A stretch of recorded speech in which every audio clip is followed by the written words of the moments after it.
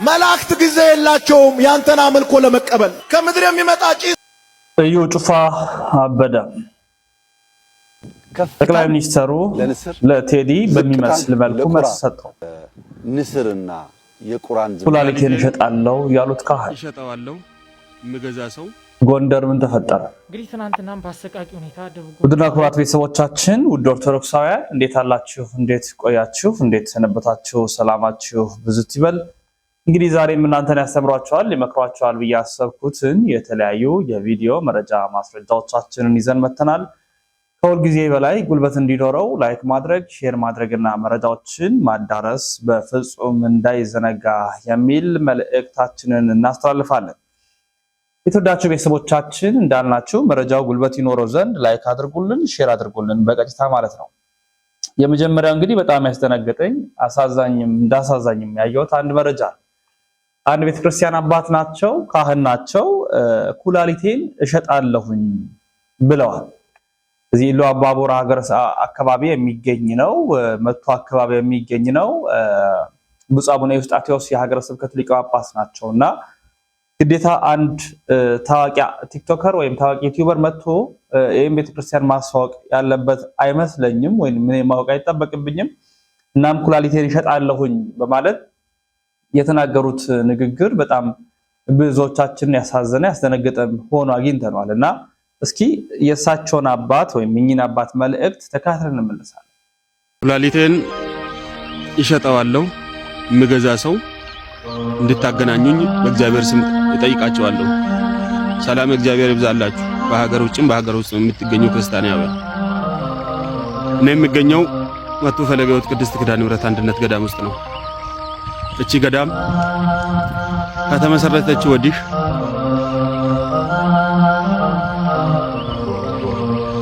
ብዙ ነገሮችን ብትሰራም ብዙ ነገሮችን ብታከናውንም እስከዛሬ አባቶች የሚኖሩባት አባቶች የሚያርፉባት ቤት በዚህ ክረምት ሊወርቅም ስለደረሰ መሰረተ ልማት የሚባሉ አንድም ነገር ስለሌለ እኔ በራሴ ላይ ወስኛለሁ። ውሸት ነው ካላችሁ ስልኬ ባዮ ላይ ያለ አናግሩ፣ ምገዛውን ሰው አገናኙ። ከዚህ በኋላ ለምንም ለየትኛው የምለፋበት ጉዳይ የለኝም። አንድ ነገር የለም። ታዋቂ አርቲስት ታዋቂ ቲክቶከር ግዴታ ማወቅ አለብኝ እንዴ? ወይንስ ደግሞ እቺን ገዳም ነቅያት ወይም ደግሞ እስከ መሬቱ አንስቼ ወደ ሰሜን ወይ ወደ ሌላ ቦታ ወደ ሸዋ ሀገር ዛይጄ ማስቀመጥ አለብኝ እንድትረዳ? ሌላም ግር ብሎ እንደ ሌላው ገዳም እንዲያግዛት እንደዛ ማድረግ አለብኝ? እውነቴን ነው የምላችሁ። ኩላሊቴን እሸጣለሁ አገናኙኝ። ምንም ገንዘብም ንብረትም ሌላ ያፈራሁት ሌላ ሀብት የለኝም። ያለኝ ሀብት እቺ ብቻ ናት። በዚህች እንኳን ለዚህች ገዳም አበርክቼ ብሞትም ብኖርም እግዚአብሔር ያውቃል። ምገዛ ሰው አገናኙኝ። በእግዚአብሔር ስም በእናታችን በቅድስት ኪዳነ ምሕረት ባዛኝቷ ይያችኋለሁ። አገናኙኝ። እንግዲህ ተከታትለን ተመልሰናል። በዚህ ደረጃ ለቅድስቷ ቤተክርስቲያናቸው ራሳቸውን ለመስጠት ያህል የደረሱ አባት ናቸው። እግዚአብሔር አምላክ ፈጽሞ ይደረስላቸው። ሁላችንም የቻልነውን ድጋፍ እናድርግ። ሌላው ጎንደር አካባቢ በዚህ በጽንፈኛ ኃይላት ያልተደስ የማያሰኝ ነገር እንደተፈጠረ መረጃዎቻችን ይጠቁማሉ፣ ደርሰውናል። እንግዲህ ከሰሞኑ ምን እንደተፈጠረ ያለውን ዘገባ ነው ማቀርብላችሁ።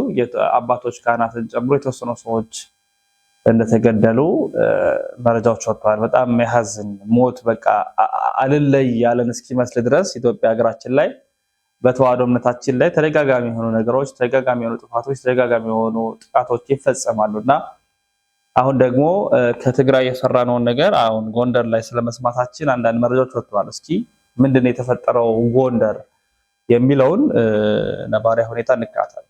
ላይክ ሼር ያደረጋችሁ እስከ መጨረሻው ተከታተሉ። ውድ ኦርቶዶክሳውያን እናንተ ላይክ አታደርጉም? እንዲህ አይነት ጥቃቶች ይደርሱብናል። ድምጽ እንኳን መሆን አንችልም። ቪዲዮም ሰርተን አይታይም።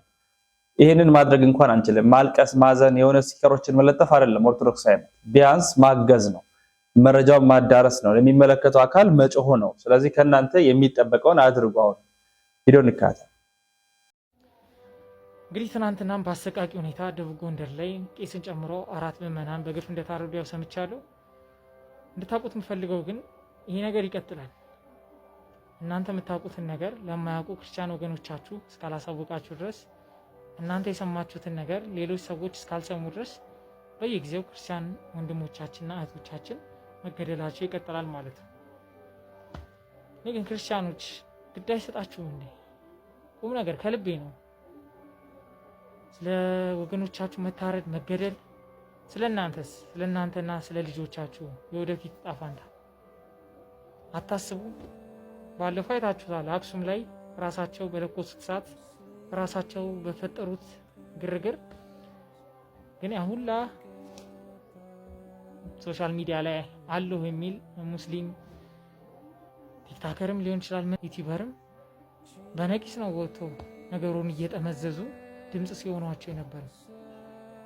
ኦኬ እናንተ ድምጽ አትሆኑ፣ ሜቢ አክሰሱም ላይኖራችሁ ይችላል። ምን ነው አትሊስት ድምጽ ለሚሆን ሰው ሼር ሪፖስት እያደረጋችሁ ላልሰሙ ክርስቲያን ወገኖቻችሁ ብታደርሱ። የሆኑ አካባቢዎች ላይ እኮ ስለዚህ ነገር ምንም ያልሰሙ በሃይማኖታችን ምንም አይደርስብንም ብለው ስለተጋረጠባቸው አደጋ አዌር ሳይሆኑ ቸል ብለው የሚኖሩ ስንት ክርስቲያን ወንድሞችና እህቶች አሉ። እነሱ ጋር እንዲደርስ የእናንተ ሼር ሪፖስት ያስፈልጋል። ገብታችኋል? ያው መረጃው ከደረሳቸው በኋላ ደግሞ ሌሎች እንዳረጉት አካባቢያቸውን ቀጠናቸውን ተደራጅተው ከእንደዚህ አይነት አሸባሪዎች ይጠብቃሉ ማለት ነው። ነገሩ በጣም ሲሪየስ በጣም ነው የምላችሁ። ምን አቃላችሁ እንዳታዩት። ይህን ሰውዬ አንዴ ሰምተን ነው እንመለስ። በሆትነስ ተነስቶ መጮህ ለበጣም አንድ ማሳሰቢያ የምናገረው ቤተክርስቲያን መቃጠል የለበትም። 1 ብር 2 ብር ለቅመን አይደል መስጂድ የምንገነባው? ቤተክርስቲያን መቃጠል የለበትም። መጥፋት ያለበት ኃይል መጥፋት ያለበት ቤተክርስቲያን ምን ይሆናል? መስጂድ ይሆናል። ለምን ይቃጠላል? ስለዚህ ሰዎች እንግዲህ እንደሰማችሁት ነው። ጥሩ ስትራቴጂ ነው። እኔ አሸባሪዎች ኢቮልቭ ያደርጋሉ ብዬ አስቤም አላለም። ለካ የሚያስቡ አሸባሪዎች አሉ። ቤተክርስቲያን መፍረስ መቃጠል የለባትም። እኛ ሳንቲም ቆጥረን ነው መስጊዳችን የምንሰራው።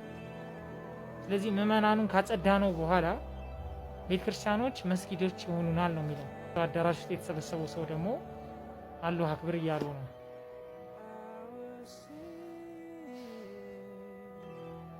በቃኝ እስኪሉ ነው መመታት ያለባቸው። ማርያምን ነው የምላችሁ። በምን ቀን ነው አሸባሪ መሆንን የመረጥኩት እስኪሉ ነው መነፋት ያለባቸው። አሁን ግን የምንሰራው ስራ ጀስት ህዝቡን ማንቃት፣ ህዝቡ የተጋረጠበትን አደጋ አዌር እንዲሆን ማድረግ። ከዛ ህዝቡ ከተደራጀ በኋላ ደግሞ ስትራቴጂ ነድፈን እንቀጥላለን ማለት ነው። ስለዚህ ቅድም እንዳልኳችሁ ይሄ ነገር እናንተ እጅ ላይ ነው ያለው። ሁሉ ነገር እጃችሁ ላይ ስላችሁ እጃችሁ ላይ የምትነኩት ነገር ነው። ስለዚህ የምትነኩትን በተን ነካክታችሁ ለሚደርሱ አድርሱ። ይመቻችሁ። የተፈጸመው የተፈጠረ ያለው እጅግ የሚያሳዝን ነገር ነው፣ ድርጊት ነው። ልብ ይሰብራል፣ በጣም ያማል። እውነት ለመናገር ወደ ቀጣይ መረጃችን እናመራለን። በቅድስት ቤተክርስቲያን ጨፈሩ፣ ቤተክርስቲያን ውስጥ ጨፈሩ። አውደ ምሕረቱ አካባቢ እስክስታ ወረዱ። በዚህ ደረጃ ተናቂ፣ ተደፈረ። የሚያሳዝን ነገር ነው፣ የሚያም ነገር ነው። በምን አይነት መልኩ እያዩን እንዳለ አይገባል። በስንት ነገር እያጠቁን እንዳለም አይገለጥልኝ። ይህንን ቪዲዮ ተከታትለን የወንድማችን ዲያቆን ሲራክን መልእክት እናድምጥ።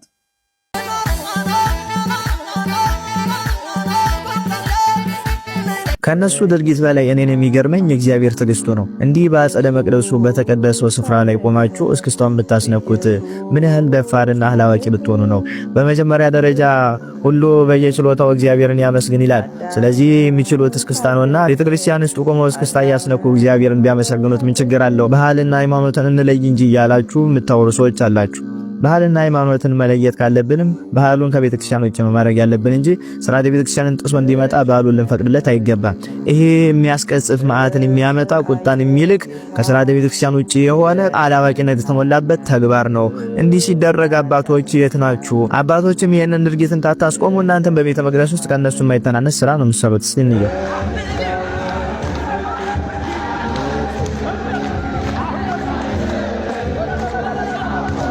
እናንተ በውስጥ እንዲታስነኩታላችሁ ወጣቶቹን በውጪ ደግሞ እንዲያደርጉ ያስነኩታል።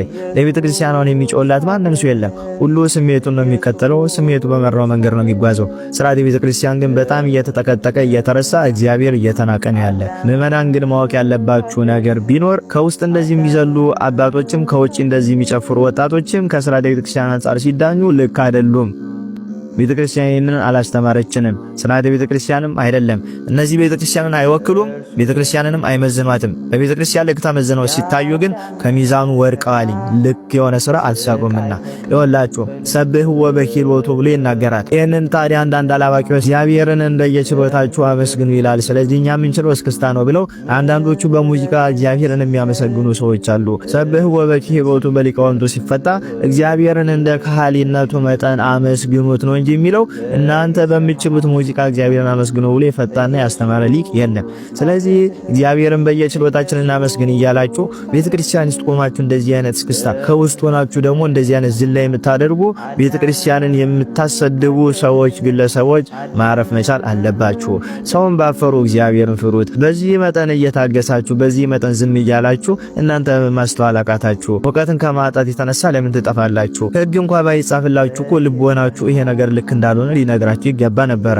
ስለዚህ አሁንም ከዚህ ድርጊታችሁ ተቆጠቡ።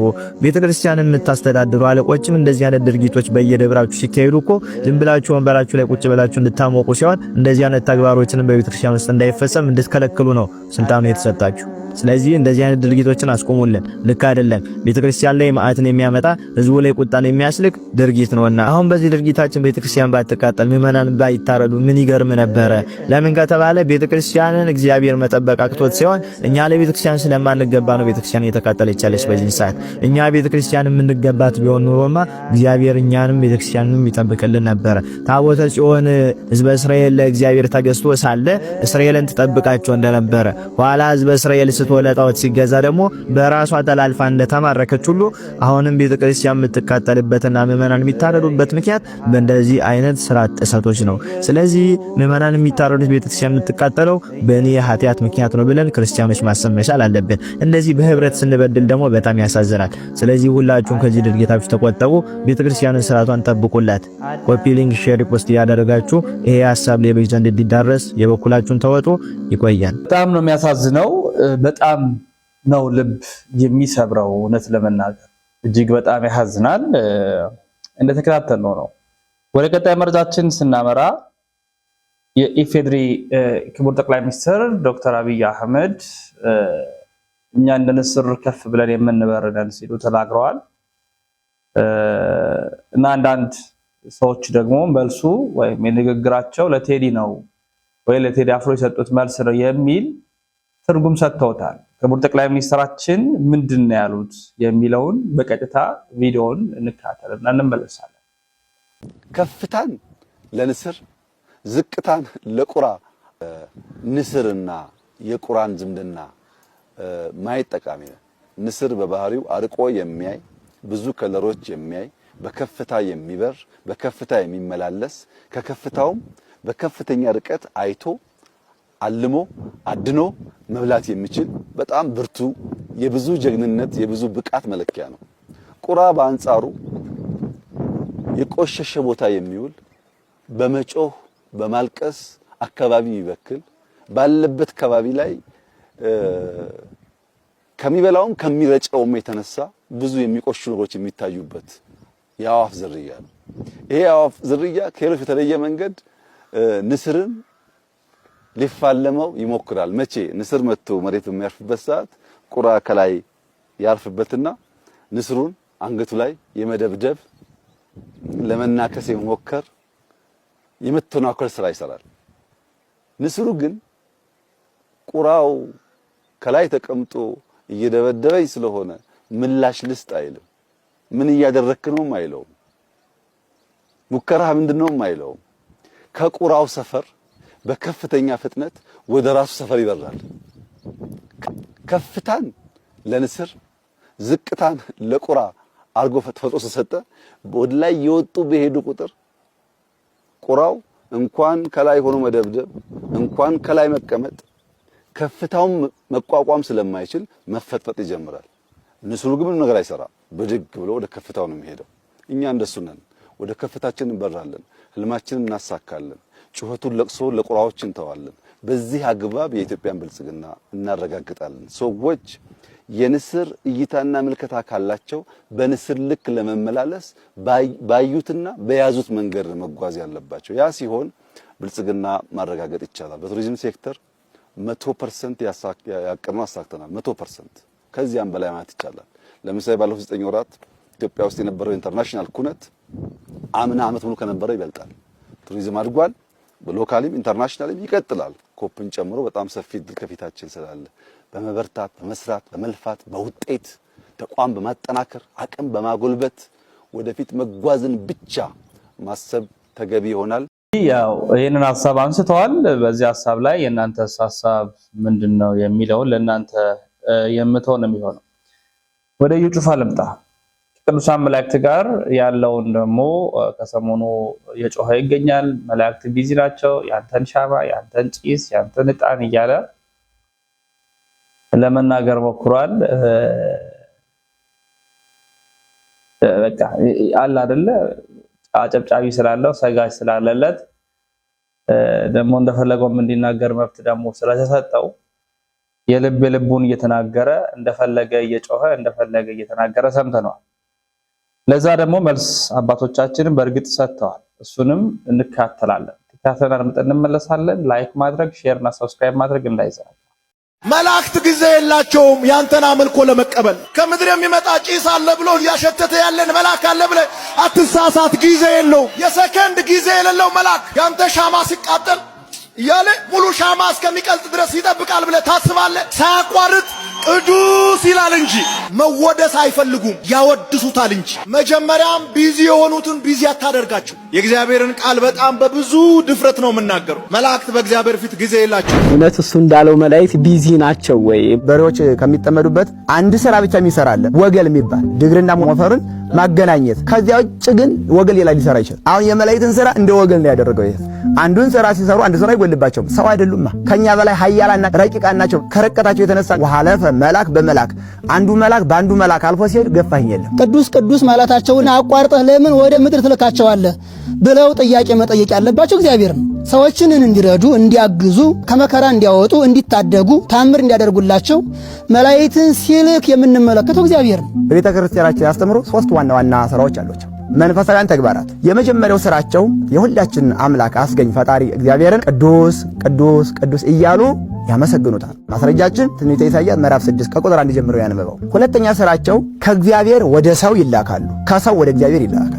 ከእግዚአብሔር ለሚገባቸው ስሙን ለጠሩ ምሕረት ቸርነቱን ይዘው ይመጣሉ። ከሰው ደግሞ ሰው ከእግዚአብሔር ዘንድ ሽቶ የለመነውን ጉዳይ የሚያስፈጽም ጸሎቱን ይዘው ወደ እግዚአብሔር ፊት ይቀርባሉ። መዝሙር 90 ቁጥር 10 ላይ ስለ አንተ መላእክቱን ያዝልሃል ከመይቀቡከ በኩሉ ፍናዊከ በመንገድ ሁሉ ይጠብቁ ዘንድ ብሎ መላእክት ስለኛ እንደሚላኩ ተልከው እንደሚጠብቁ ይናገራል። ሶስተኛ የመላእክት ሥራ የሰው ልጅ ይጠብቃሉ። እንስሳትን፣ አራዊትን፣ የምንጠጣውን ውሃ ምንጭ ሳይቀር መላእክት ይጠብቃሉ። እግዚአብሔር በባህሪው ጠባቂ ነው። ሲጠብቅም የማያንቀላፋ ቸር አምላክ እሱ በባህሪው የሚሰራውን የመጠበቅ ሥራ ለቅዱሳኑ መላእክት አሳትፏቸዋል። ከቅዱሳኑ አልፎ ደግሞ በስጋችን ነገሥታቱን እንዲጠብቁን፣ በነፍሳችን ደግሞ መንፈሳዊያን ጠበቆችን ካህናቱን፣ ጳጳሳቱን ሰጥቶናል። እነሱ በደጋፊዎቻቸው ዘንድ የሚጨበጨብላቸው የሚሰገድላቸው ሰዎች ናቸው መላእክትን የሚቃወሙት። እንደው በአንደበታቸው ክደት ሐሰት የሌለባቸው ከምስጋና በቀር የማያውቁ ሕያዋን የሆኑ ሞት የማያቋረጣቸው ቅዱሳን መላእክትን በዚህ ደረጃ መናገር በእውነት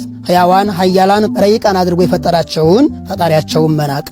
በትንቢተ ዘካርያስ ምዕራፍ 1 ቁጥር 12 ላይ አቤቱ የሠራዊት ጌታ እግዚአብሔር ሆይ እነዚህን 70 ዓመት የተቆጣሃቸውን ኢየሩሳሌምንና ይሁዳን የማትምራቸው እስከ መቼ ድረስ ነው ብሎ መልአኩ ወደ እግዚአብሔር ሲጸልይ እግዚአብሔርን ሲማልድ እንመለከታለን። ከዚያው ዝቅ ይልና የሰራዊት ጌታ እግዚአብሔርም በሚያጽናናና መልካም በሆነ አነጋገር ቃል ለመልአኩ መለሰለት ይላል። ኢየሩሳሌምን እምራታለሁ፣ ቤቴም በኢየሩሳሌም ይሰራል፣ ይቅር እላቸዋለሁ፣ ይመለሳሉ ብሎ በመልአኩ ጸሎት አምላካችን እግዚአብሔር ኢየሩሳሌምን እንደሚመራት ለመልአኩ ሲመልስ እንመለከታለን። በማቴዎስ ወንጌል ምዕራፍ 18 ቁጥር 10 ላይ እንዲህ ይላል፣ ከነዚህ ከተናነሾቹ ማንንም እንዳትንቁ ተጠንቀቁ፣ መላእክቶቻቸው ዘወትር በሰማይ ያለ የአባቴን ፊት ያያሉና።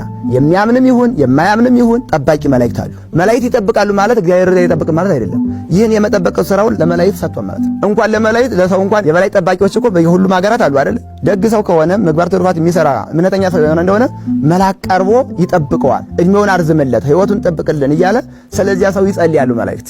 የሚያስመርረው ኃጢአት እየሰራ ትዕቢት በልቡ ነው እያሰበ ክፉ እየተናገረ ከሆነ መልአኩ ይሰቀቀውና ርቆ ይጠብቀዋል። ይህን ሰው ህይወቱን ከስጋው ለይና እንደው ሌላ ሰው አስጠብቀን እያሉ ይጸልዩበታል። የሐዋርያት ሥራ ምዕራፍ 10 ከቁጥር 4 ጀምሮ ስለ መቶ አለቃው ቆርኔሌዎስ ሲናገር ቅዱስ ሉቃስ ከነቤተሰቦቹ እግዚአብሔርን የሚፈራ እግዚአብሔርን የሚያመልክ እጅግ አብዝቶ ለተራቡ ሰዎች ምጽዋትን የሚያደርግ ዘወትር ደግሞ ወደ እግዚአብሔር ሁልጊዜ የሚጸልይ ሰው ነበር እና ከዕለታት አንድ ቀን የእግዚአብሔር መልአክ በራእይ ተገለጠለት እና ማነጋገረው። አቤቱ ጌታ ሆይ ምን ላድርግ አለው። ቆርኔሌዎስ ሆይ የምታደርገው መልካም ሥራ፣ ጸሎትህ፣ ምጽዋትህ በእግዚአብሔር ዘንድ ለመታሰቢያ እንዲሆን አረገ። የቆርኔሌዎስን መልካም ሥራ፣ የቆርኔሌዎስን ጸሎት፣ የቆርኔሌዎስን ምጽዋት በእግዚአብሔር ፊት ያሳረገው ማን ነው ካል ቆርኔሌዎስን ሊያበስረው የመጣው የእግዚአብሔር መልአክ ነው ያሳረገለት። አሁን እንግዲህ እኛ መጽሐፍ ቅዱስ ጠቀሰ። እስኪ እነሱ ደግሞ መላእክት የሰውን ጸሎትና ምጽዋት ወደ እግዚአብሔር አያሳርጉም አያቀርቡም የሚል እስኪ አንድ ጥቅስ ያምጣ። አንዳንድ ጊዜ መላሾች ብቻ መሆን የለብን፣ እነሱም ሸክም መሸከም አለባቸው። የተናገረውን ነገር በመጽሐፍ ቅዱስ አስደግፎ ይናገር። እግዚአብሔር አምላካችን ዓለምን ሲያድን መላእክቱንም በማዳን ስራው እንዲሳተፉ አድርጓቸዋል። ለምሳሌ የእግዚአብሔር መውረድ መወለድ ትንቢቱ መጀመሪያ የተገለጸው ለመላእክት ነው። መላእክት ይህን ትንቢት ለቅዱሳን ነቢያት ነግረዋቸዋል፣ ምስጢር ገልጸውላቸዋል። ሲቀጥል ከመላእክት አንዱ የእግዚአብሔር መልአክ ቅዱስ ገብርኤል ከእግዚአብሔር ወደ ድንግል ማርያም ተልኮ የዓለምን መዳን ለመጀመሪያ ጊዜ ለድንግል ማርያም ያበሰረው ይሄ የእግዚአብሔር መልአክ ቅዱስ ገብርኤል። ስለዚህ የአምላክ መውረድ መወለድ በተስፋ ሲጠበቅ የነበረውን የመጀመሪያው ምስራች ወደዚህ ዓለም ይዞ የመጣ ቅዱስ ገብርኤል ነው። ስለዚህ በእግዚአብሔር ማዳን ያንን ምስራች መንገድ ለዚህ ዓለም ትውልድ ቀላል ነገር አይደለም። አንድን ሰው ስህተት ሰርቶ ማረሚያ ቤት ገብቶ ከነገ በኋላ ትፈታለህ ተብሎ ቢነገር ያ ሰው ትልቅ ሐሴት ይሞላል። ይህን እስረኛውን ዓለም ደግሞ ነፃ የሚያወጣ አምላክ መጥቶ ካንቺ ይወለዳል ብሎ ይህን ምስራች ለድንግል ማርያም ያበሰረ መልአክ በእግዚአብሔር መውረድ መወለድ ሱታፊ አድርጎ ማለት ነው። ሲጸነስ መልአክ መጥቶ አብስሯል። ሲወለድም በቤተልሔም ከእረኞች ጋር ስብሐት ለእግዚአብሔር በሰማያት ወሰላም በምድር ምሕረቱ ለሰብእ ብለው ለሰው በተደረገው ድህነት ፍጹም ደስታ አድርገዋል። እኛ ቢዚ እንደሆኑ አናውቅም። በሰማይም ቅዱስ ዮሐንስ ወንጌላዊ በራእዩ እንዳያቸው እግዚአብሔርን ሲያመልኩ እግዚአብሔርን ሲያመሰግኑ የዝማሬ ሥርዓታቸውን የአምልኮ ሥርዓታቸውን የምስጋና ሥርዓታቸውን በየነገዳቸው በየማህበራቸው ቆመው እግዚአብሔርን ቅዱስ ቅዱስ እያሉ ሲያመሰግኑ አይቷል። ከዚያ ደግሞ ወደ ምድርም ተልከው ደግሞ ሐዋርያት መከራ በሚቀበሉት ጊዜ በሐዋርያት ሥራ ምዕራፍ 12 ቅዱስ ጴጥሮስን ከእስር ቤት ሲያድኑት እነ በርናባስን እነ ሲላስን ከተለያየ መከራ ሲያወጧቸው እንመለከታል። ስለዚህ በምድር ያለችውን ቤተክርስቲያን በዚህ መልኩ ያግዛል። የተወደዳችሁ ቤተሰቦቻችን ውድ ኦርቶዶክሳውያን የዛሬ ቪዲዮ መረጃችን ማስረጃዎቻችን ይህን ይመስላሉ። በሌሎች መረጃዎች የቪዲዮ ጥንክሮች እንመለሳለን። እስከዚያው ድረስ ተሰነባበትን። ሰናይ ቆይታ ይሁንላችሁ።